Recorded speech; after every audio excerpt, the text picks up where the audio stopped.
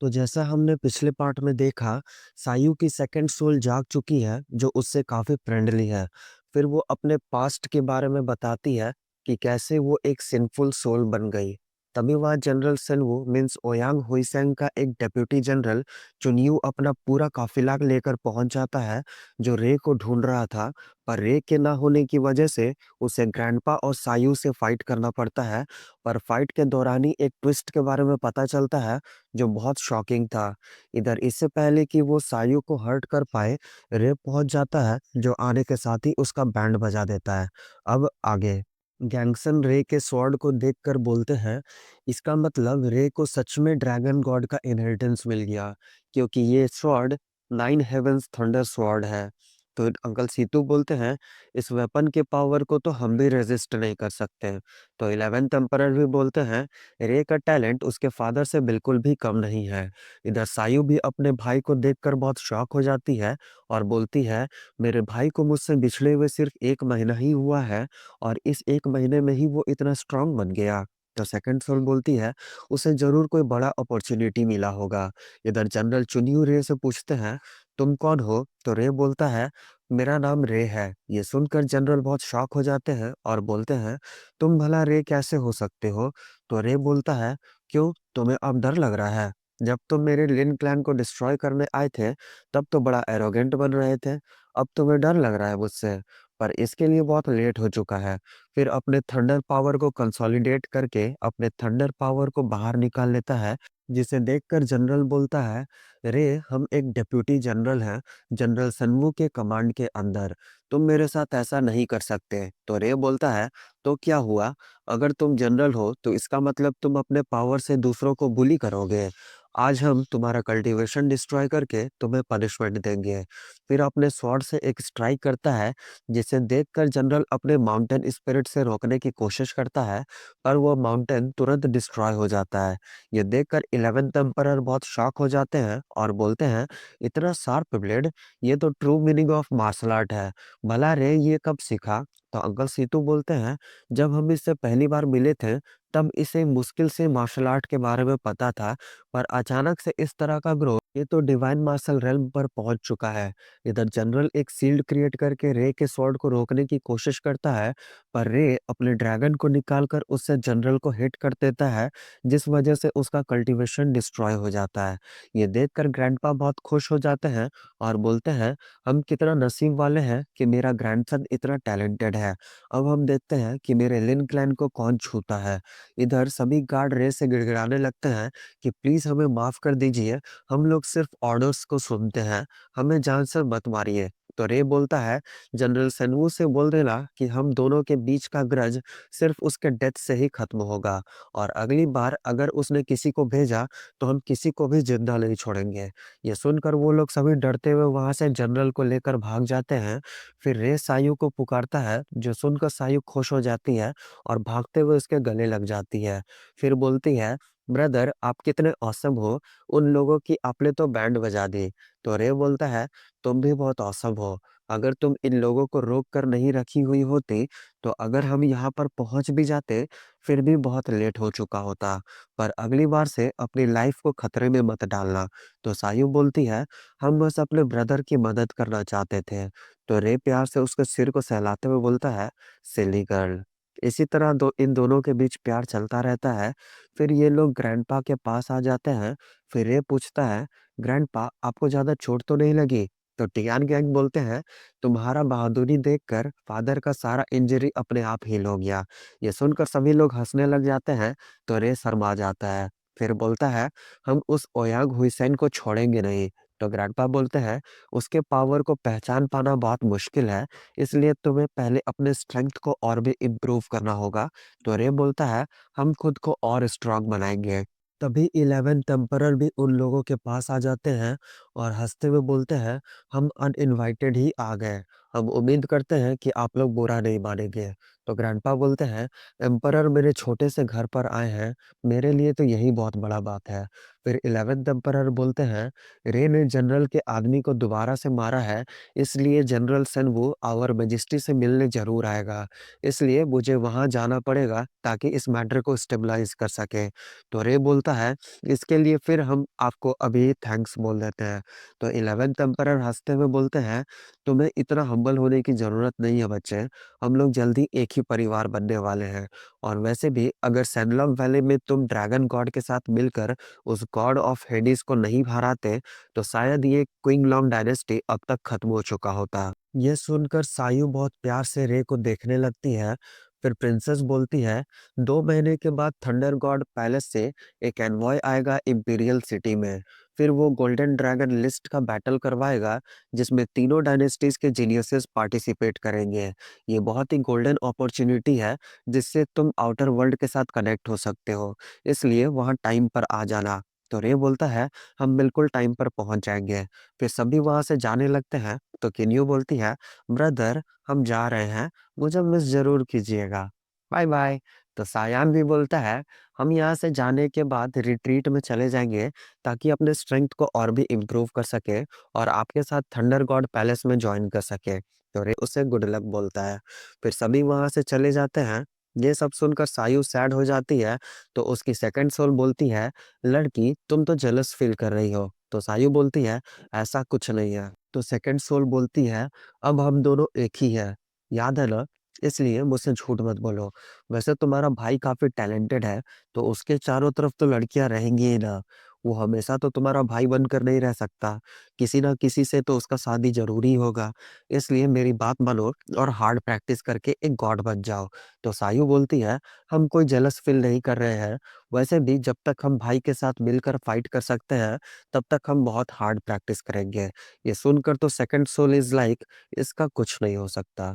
तभी रे बोलता है, सायू चलो अंदर चले, हम तुम्हारे लिए कुछ लेकर आए हैं। फिर ये लोग एक रूम में आ जाते हैं जहाँ रे 9 स्टार बीड को बाहर निकालता है, जिसे देखकर सेकंड सोल बहुत ज्यादा शॉक हो जाती है। तो सायू पूछती है, ये क्या है? तो वो बताती है, ये एक एंशिएंट ट्रेजर है जो ड्रैगन गॉड आओ किंगटियान के पास था। पर ये इसके पास कैसे आया? आओ किंगटियान को एंशिएंट गॉड कॉन्टिनेंट में हेडिस लोगों का सामना करना पड़ा था। उसके बाद से उन सभी का कोई खबर नहीं है। अब समझ आया, तुम्हारे भाई के हाथ में जो वो स्वॉर्ड है, वो एक्चुअली में हेवनली थंडर स्वॉर्ड है। इसका मतलब तुम्हारे भाई को ड्रैगन गॉड का इनहेरिटेंस मिला है। तभी रे बोलता है, अब जब तुम जाग चुकी हो तो बाहर क्यों नहीं आ जाती? ये सुनकर वो बोलती है, क्या तुम मुझे सुन सकते हो? फिर तुरंत बाहर आ जाती है और उस बीड को पकड़ने की कोशिश करती है, पर रे उसे तुरंत वहां से हटा लेता है। ये देखकर वो बोलती है, लिटिल ब्रदर क्या ये ट्रेजर तुम्हारी सिस्टर के लिए नहीं है? तो रे बोलता है, तुम इसे अपने लिए यूज करना चाहती हो, पर ये मेरी सायु के लिए है, ताकि हम इसके यूज से तुम्हारे सोल को ब्लाइंड कर सकें। तो वो पूछती है, क्या तुम्हें डर है कि हम इसे चोट पहुंचाएंगे? तो रे बोलता है, ऑफ कोर्स मुझे डर है, सायु मेरी बहन है और हम तुम्हें इसे किसी भी तरीके से हार्म नहीं करने देंगे। ये सुनकर वो जोर-जोर से हँसने लगती है। तो सायु बोलती है, भाई आप गलत समझ रहे हैं, क्यूबी मुझे चोट नहीं पहुँचाना चाहती। इनफैक्ट अगर ये नहीं होती, तो शायद हम जनरल चुन्यू से फाइट भी नहीं कर पाते। तो रे बोलता है, मेरी सिर्फ एक ही बहन है, इसलिए मुझे केयरफुल रहना ही पड़ेगा। अगर तुम अपना सोल मेरी बहन के सोल के साथ ज़बरदस्ती फ्यूज़ करने की कोशिश की, तो तुम्हें इसका कीमत चुकाना पड़ेगा, इसे याद रखना। ये सुनकर क्यूबी हंसने लगती है और बोलती है, अगर इस वक्त ये मेरा प्रीवियस लाइफ होता, तो तुम मुझसे इस तरह बोलने की हिम्मत नहीं करते। वैसे भी मेरे सोल पर सिन मार्क लगा हुआ है, अगर हम फ्यूज होने की कोशिश किए, तो सायु फिर कभी भी गॉड नहीं बन पाएगी। इसलिए हम खुद को सिर्फ री इनकारनेट ही कर सकते हैं, ताकि अपने स्काई फॉक्स क्लैन का बदला ले सके। गाइस सेकंड सोल का नाम क्यूबी बताया गया है। फिर रे बोलता है, स्काई फॉक्स क्लैन, क्या वो 3 गॉड्स तुम्हारे भी दुश्मन हैं? तो कीवी बोलती है, आज से 30,000 साल पहले जब अंडरवर्ल्ड वाले हम पर हमला किए थे, तब मेरा क्लैन एबिस में उनसे लड़ रहा था।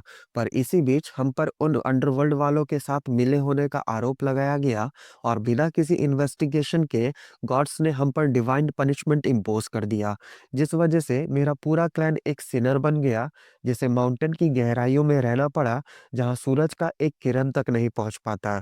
मुझे लगता था कि सिर्फ मेरे क्लैन के साथ ही ऐसा हुआ, पर अब पता चला कि एंशिएंट गॉड कॉन्टिनेंट में बहुत सारे लोगों के साथ ऐसा हुआ और इन सब के पीछे वो गॉड्स ही है।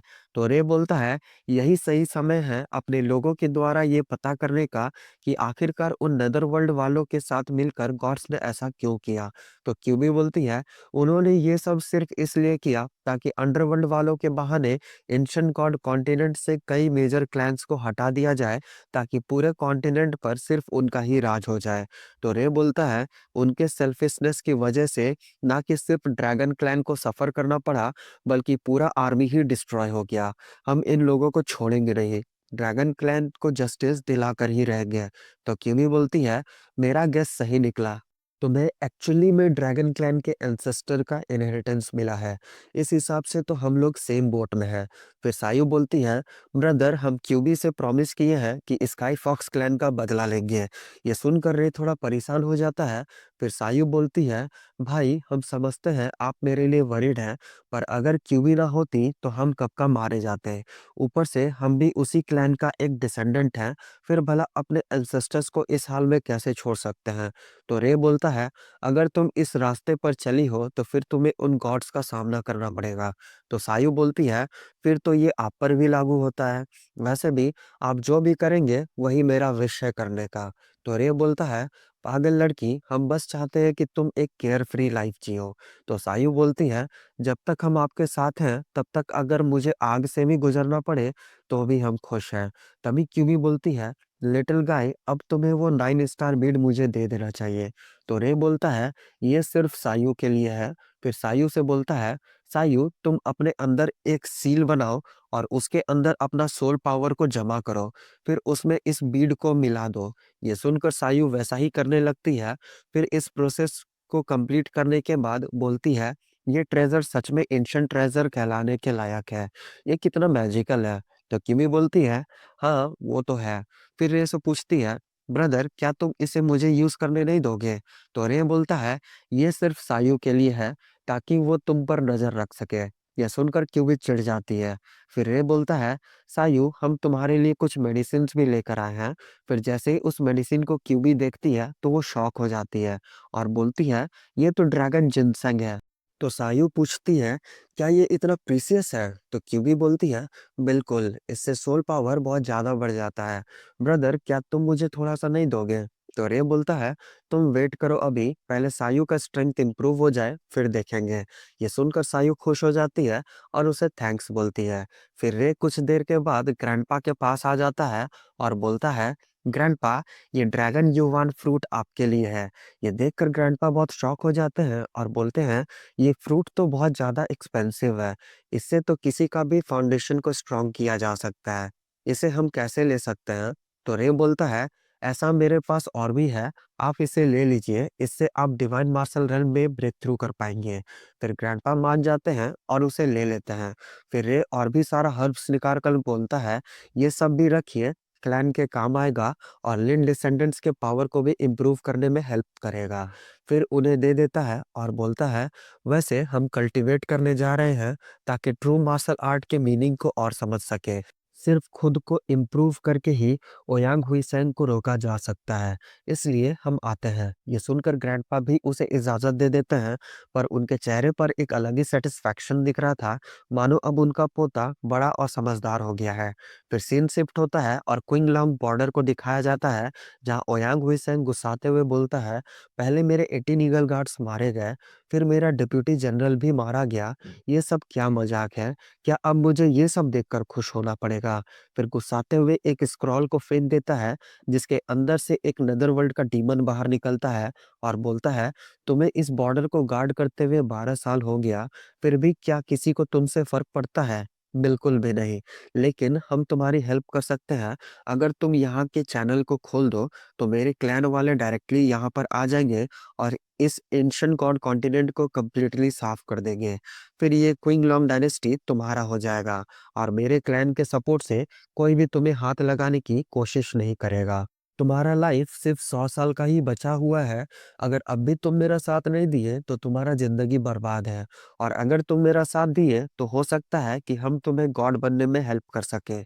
ये सुनकर ओयांग का तो होश ही उड़ जाता है और बोलता है, इमॉर्टैलिटी? पर अगर हम तुम्हारा साथ दिए तो टियानजिन क्लैन मुझे छोड़ेगा नहीं।